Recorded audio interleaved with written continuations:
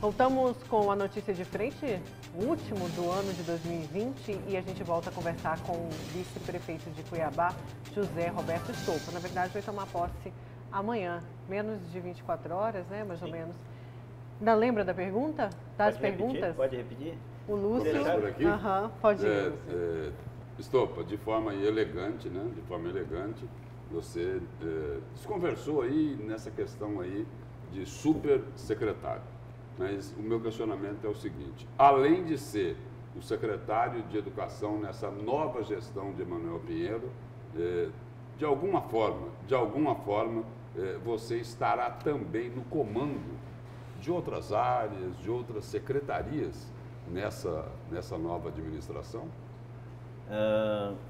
Eu estarei, sim, contribuindo, não no comando, de outros projetos. Estarei, sem dúvida.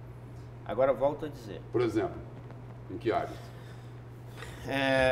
Vocês verão em breve, porque nós estamos ainda concluindo a metodologia, a vice-prefeitura, por exemplo, vai cuidar de alguns projetos intersetoriais. Vai ficar sobre a nossa responsabilidade. Nós vamos cuidar de alguns projetos pela vice-prefeitura de sustentabilidade. Vai ficar sobre a nossa responsabilidade. É só para agora é o seguinte, eu vou fazer como você fez agora há pouco, no ponta de lança, né? Você pediu uma explicação, agora eu vou dar uma explicação para quem nos assiste. O projeto intersetorial, não é isso? São projetos que são tocados por outras secretarias, mas que terão a supervisão de José Roberto Stolpa. Como vice. É isso? Como vice. Como Sim, vice. Okay. E vai envolver aí vários outros secretários. O que eu posso dizer para vocês aqui? E se pegar as entrevistas de campanha, vão perceber que eu falei isso. Eu sempre trabalhei muito e gostei de trabalhar muito. Porque eu acho que eu sempre me julgava um cara assim, eu vim de fora, pau rodado, e a forma de eu me dar bem em Cuiabá era trabalhar muito. É a forma que eu encontrei, tá? Se eu trabalhar 16, 14 ou 12 que seja, eu vou ter que trabalhar mais agora. Porque eu acredito na força do trabalho, pode ter certeza, não é mentira não. Quem conhece a minha história sabe disso. Como diretor de escola, que eu assumi com 21 anos, eu era o primeiro a chegar na escola e o último a sair. Então minha história fala por si só. Isso é passado. Eu sempre defendi, até na época da eleição, que você tem que olhar o passado das pessoas até para votar. Tá? Existem alguns questionamentos, existem, obviamente. Ninguém é perfeito e não tem intenção de ser, tá? Como não sou super secretário, sei lá o quê. Mas vou ser o cara da gestão que vai trabalhar bastante. Tenho este compromisso com a gestão. Tenho este compromisso com o prefeito Emanuel Pinheiro. Tenho este compromisso comigo. Porque não é só compromisso com o prefeito. Compromisso é meu. Eu trago esse compromisso para mim. Pode ter certeza do que eu estou te falando aqui. Na Secretaria de Educação, hoje eu cheguei lá, até brinquei. Cheguei lá, tá hora, falei, pô, ninguém está trabalhando aqui ainda. Cedo. Entendeu? E a gente vai tentar mudar isso. Eu acho que o servidor público, ele precisa ser valorizado. Precisa ser valorizado. Mas ele precisa também trabalhar bastante. E a maior parte deles trabalham bastante, tem que ficar claro. Trabalham muito. É mito, é engano pensar que o servidor público não trabalha. Às vezes, pega-se uma exceção ali e se nivela por baixo. Sim. Tá? Às vezes a gente prefere falar do que é ruim, porque dá mais, aí eu vou usar um termo da televisão, dá mais ibope do que falar do que é bom. A manchete ruim, vocês são testemunha disso, rende mais do que a manchete boa. Vou citar um outro exemplo. O cara, quando ele comete algo, e vou falar aí do caso vou lembrar o secretário Alex. Quando aconteceu a operação, saiu em todos os jornais. Quando a justiça determinou que ele estava livre para inclusive reassumir o cargo, e não estou dizendo que a investigação não continua, eu estou dizendo que aconteceu até o momento, tá? Pode ser que lá no futuro ele tenha até uma condenação, não é isso que eu estou dizendo, porque sim, você vai lá, faz uma operação, prende um monte de coisa, começa a investigar. Não estou aqui, não tem procuração para defendê-lo. Conheço o secretário Alex como colega de secretaria, só. Mas quando saiu, vamos dizer assim, que ele estava liberado para assumir, Eu desafio vocês, pega o tamanho da manchete de quando foi feita a operação e pega o tamanho das manchetes quando saiu a decisão judicial. A manchete para ele era isso daqui em todos os sites. Quando saiu lá que ele podia voltar a assumir, era um quadradinho. Mas ainda investigado. Hã? Ainda investigado. Não tinha ali, ele foi inocentado pela justiça. Aí daria para se fazer o mesmo comparativo. O que eu estou dizendo é que se a justiça tivesse algo exatamente concreto, não liberaria para voltar a ser secretário. Agora, secretário... Mas também não tenho procuração para respondê-lo. Eu citei um exemplo, talvez eu tenha sido até infeliz, tá? Mas o fato é o seguinte, quando é coisa ruim é a primeira página, quando é coisa boa é a parte. Olha, nem tanto, né? Porque foi só elogios também ao supersecretário no intervalo passado. Mas deixa eu fazer a minha pergunta, que eu fiz também antes do intervalo. A gente falava hoje aqui que agora já não é mais, né? Porque já acabou o legislativo desse ano, mas o presidente da Câmara, Misael Galvão, já disse que vai discutir cargos para o PTB. E aí eu falava de se puxar aí tanto vereadores atual para serem secretários, para colocar aí os que não entraram, ficaram como suplente na Câmara, ou puxar esses vereadores reprovados para cargos dentro da Prefeitura, como já aconteceu com o anúncio do Luiz Cláudio. Eu cheguei a fazer essa pergunta para o senhor lá no Tribuna, na Rádio Vila Real. O senhor disse, não sei se isso vai acontecer, mas eu sou contra. O senhor continua mantendo? Eu não defendo, continuo dizendo. Por exemplo, Ricardo Saad, ser secretário de saúde, ele disse que quer... Eu respondi e vou responder a mesma coisa. Neste primeiro momento, eu não defendo. Obviamente, se você for pegar a situação do Luiz Cláudio, que é meu amigo pessoal, converso com ele com naturalidade sobre isso, ele foi o 7º mais votado e perdeu a eleição. O 7º. Teve vereadores que tiveram 35, menos de 40% da votação que ele teve. E são vereadores. Não estou aqui para questionar o sistema. Eu estou dizendo que, na verdade, as urnas aprovaram o Luiz Cláudio. Sim. Mas ele não ganhou. Se você for pegar Marcos Fabrício, teve também 2.900 votos. Mas não ganhou. Talvez seja a hora, mas isso não cabe a nós, de discutir um modelo que se pratica no Brasil da política. Mas todos eles sabem as regras, Estopa. Ou seja, agora é o seguinte, Concordo. Essa regra agora, só para continuar nesse raciocínio seu, essa regra agora é muito mais justa do que era antes. Não é? Quando era permitida a coligação. Não é? Porque agora se elege o seguinte, quem tem mais voto dentro do partido. Aí é o seguinte, aí tem que se colocar também que, de repente, o candidato A, B ou C não soube fazer uma boa avaliação, não é? Ele quis sair candidato por aquele partido ali, só que se esqueceu o seguinte, que tinha outros lá que tinham potencial para ter mais votos do que ele.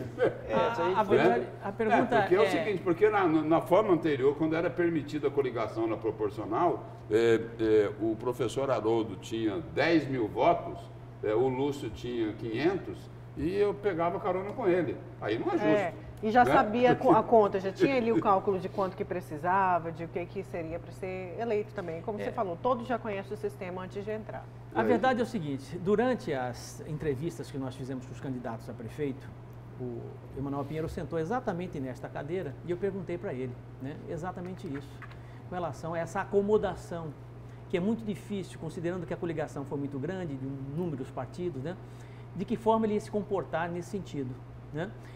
A pergunta que eu lhe faço é exatamente essa, complementando o que os dois já disseram. Todos serão acomodados, os perdedores, aliados do prefeito nesta gestão? Seja no primeiro escalão ou no segundo escalão, independente da votação? Não. Absoluto. A prefeitura nem teria condições de fazê-lo. Nós tivemos, só na nossa coligação, 430 candidatos. Desses 430, nós elegemos, me parece, 12. Então nós teríamos aqui, se for partir desse princípio, nós teríamos que acomodar 418. Impossível. Tá? Agora, obviamente, talvez, e aí a capacidade de discernimento do prefeito Emanuel Pinheiro que vai definir isso, não sou eu, tá? Mas acredito na capacidade de discernimento dele. Um ou outro pode ser que sim, mas é impossível absorver isso daí. Não tem como. Mas certamente, por exemplo, você já citou aí que vai ser o secretário de governo, que é o Luiz Cláudio. Misael Galvão, Toninho de Souza. Tem mais uns 3, 4 aí, que foram candidatos. Ricardo Saad. Ricardo Saad. Que falou que... Você vai me dizer que essas já pessoas manifestou não terão vontade. cargo na gestão Emanuel Pinheiro? Depois de tudo que fizeram pelo Emanuel Pinheiro, enquanto vereadores? Olha, eu reconheço que fizeram. Somos gratos. Mas não existe este compromisso de A ou B ter cargo. Certo. Um ou outro pode ter. Você pode ter certeza, como o Toninho fez, como Isael fez, Saad fez, o Arivaldo da Farmácia fez, Justino Malheiros fez, Marcos Veloso fez. Mas a gente tem que entender que no processo político o jogo é esse. Às vezes você ganha e às vezes você perde. Não existe a segurança de ganhar e não existe a segurança de perder e ter esse compromisso. E o prefeito Emanuel Pinheiro assume sim o compromisso de trabalhar por Cuiabá e de melhorar a cidade, mas não assumiu o compromisso de dar oportunidades ou cargos, eu já disse que isso é impossível, a todos que perderam a eleição. Tenho certeza disso daí. Luiz Cláudio, com certeza, é uma das exceções. Claro que no segundo momento, secretário A tem um interesse, não vai ser mais secretário, o adjunto B, isso poderá acontecer. Mas neste primeiro momento, inclusive, é impossível que isso aconteça, pode ter certeza do que estou falando. Estopa, como você mesmo aqui, né, já admitiu no decorrer dessa entrevista aqui, da missão que você tem a cumprir, além da área de educação, né? Aí você depois colocou aí essa questão aí dessa supervisão intersetorial entre secretarias, de projetos que a prefeitura vai desenvolver. Você não gosta que fala de supersecretário, mas vai chegar próximo assim de quase um primeiro-ministro. Só estou colocando isso aqui pelo seguinte, quase um Boris. Eu quero voltar lá no início, lá no primeiro questionamento que a Nayara fez e o professor Haroldo também complementou sobre a questão de Mauro Mendes e Emanuel Pinheiro, essa dificuldade dos dois se relacionarem. Há algum tempo atrás, e a pergunta é bem política, algum tempo atrás, o deputado federal Carlos Bezerra, que levou um carimbo de traíra na testa por um importante assessor do prefeito Emanuel Pinheiro, ele disse o seguinte: olha, essa confusão de Mauro Mendes com Emanuel Pinheiro se deve a alguns assessores do entorno do prefeito Emanuel Pinheiro. Eles é que causaram toda essa confusão.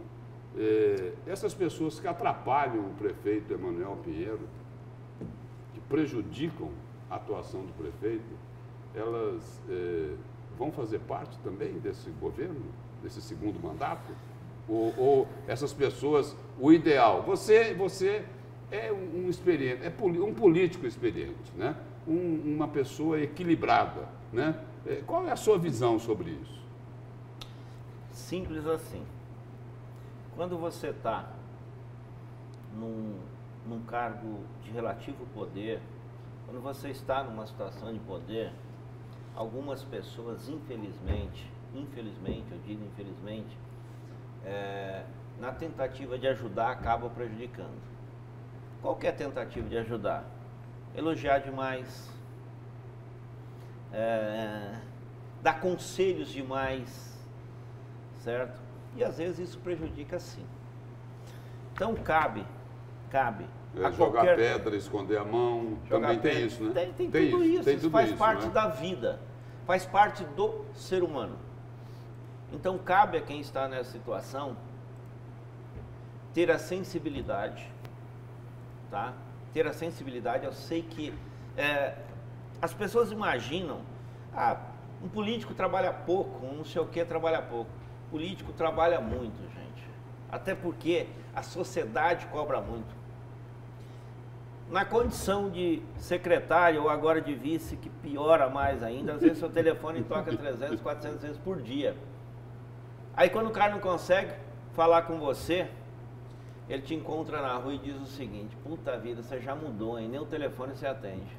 Eu tô aqui, ó, se eu mostrar pra vocês, meu telefone tá aqui, ele já tocou 20 vezes nesse tempo aqui.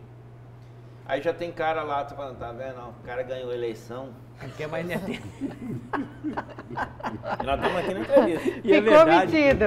E é verdade. Virou Isso é pro vice-prefeito, resto nem da vida. Haroldo. Joga aquela bola aqui, aquela Então, na bomba verdade, que vai isso- jogar. A gente isso- tem que saber dosar.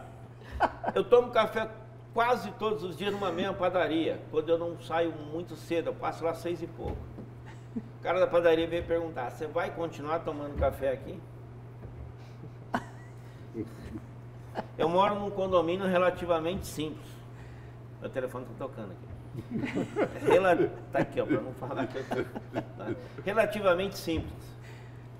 Na época da campanha, eu pedi voto para um vizinho que foi pedir para um pedreiro que estava fazendo a área dele. Eu moro num Recanto dos Passos.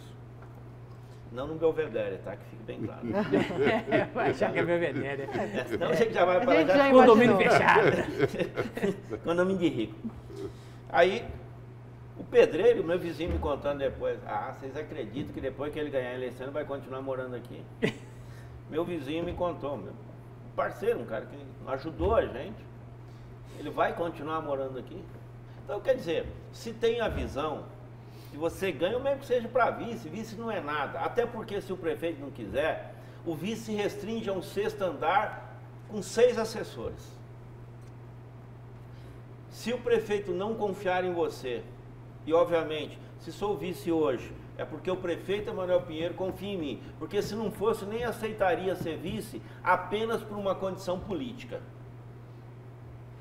Quando eu falava... Senão ficava com o Nilvan Ribeiro. Eu não sei com quem que ele ficava, não quero entrar nesse mérito. Mas eu não aceitaria, e se eu não tivesse um relacionamento de ter certeza que ia poder trabalhar muito, pode ter certeza que eu não seria o vice hoje. A única coisa que eu pedi ao prefeito: nós não tratamos na campanha de secretaria, eu não sabia que ia para a educação, eu sabia sim que ele sempre me disse: você vai ter uma função importante no governo, pode ter certeza, de trabalhar bastante. Isso ele sempre me disse. Mas nós não discutimos se era obra, se era... Há uma semana atrás, ele me disse mais ou menos assim, ó: de repente você vai para obras. Porque a única coisa que nós acertamos, que serviços urbanos eu não ficaria, que hoje é Limpurbo, que é a mesma coisa. E por que não ficaria? Porque nós chegamos à conclusão, e eu apoio isso do prefeito, que quanto mais rodízio você faz, melhor. Porque quando você começa a ficar muito velho, no mesmo cargo, numa mesma situação, é hora de você oxigenar e renovar. Porque se você diminuir o desafio, né? Diminui o desafio, acha que sabe tudo. Se você perguntar de serviços urbanos hoje, eu vou achar que sei tudo, eu vou discutir com você a noite toda aqui e não vou admitir que eu perco para você.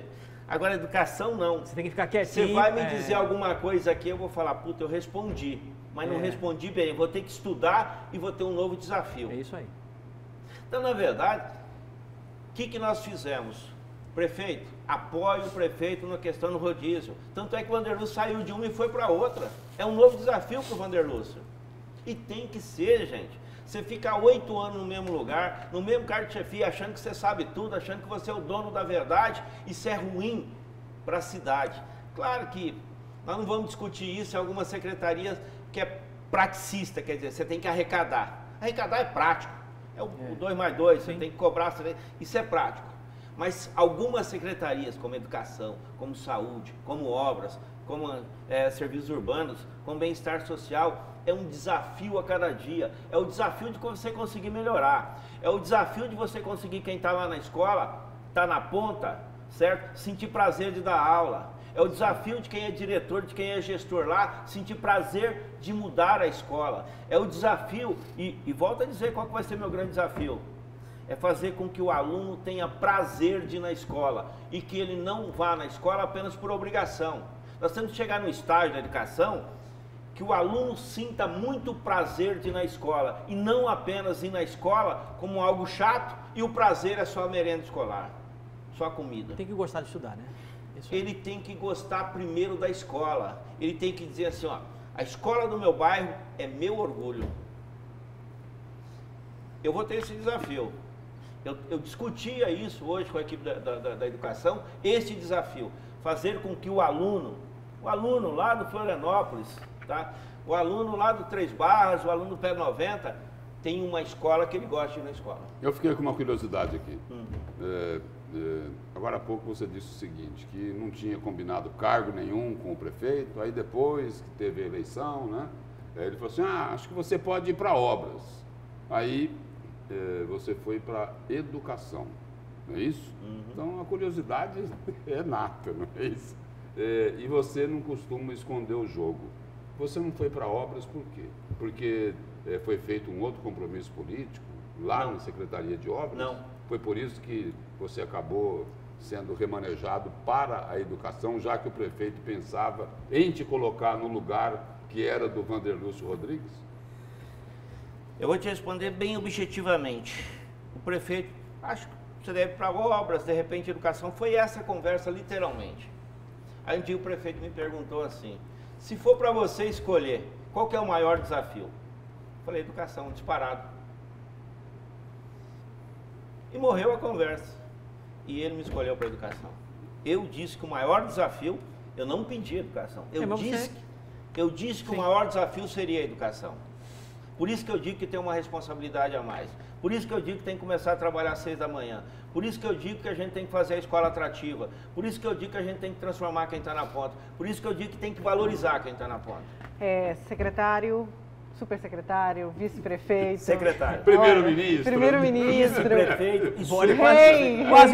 Quase um Boris Johnson, né? Quase Na Inglaterra. a versão rainha da Inglaterra, tô brincando. Mas a gente tá brincando, tá elogiando o seu trabalho. Com certeza isso é mérito, né, de tudo que foi feito, como disse o Lúcio.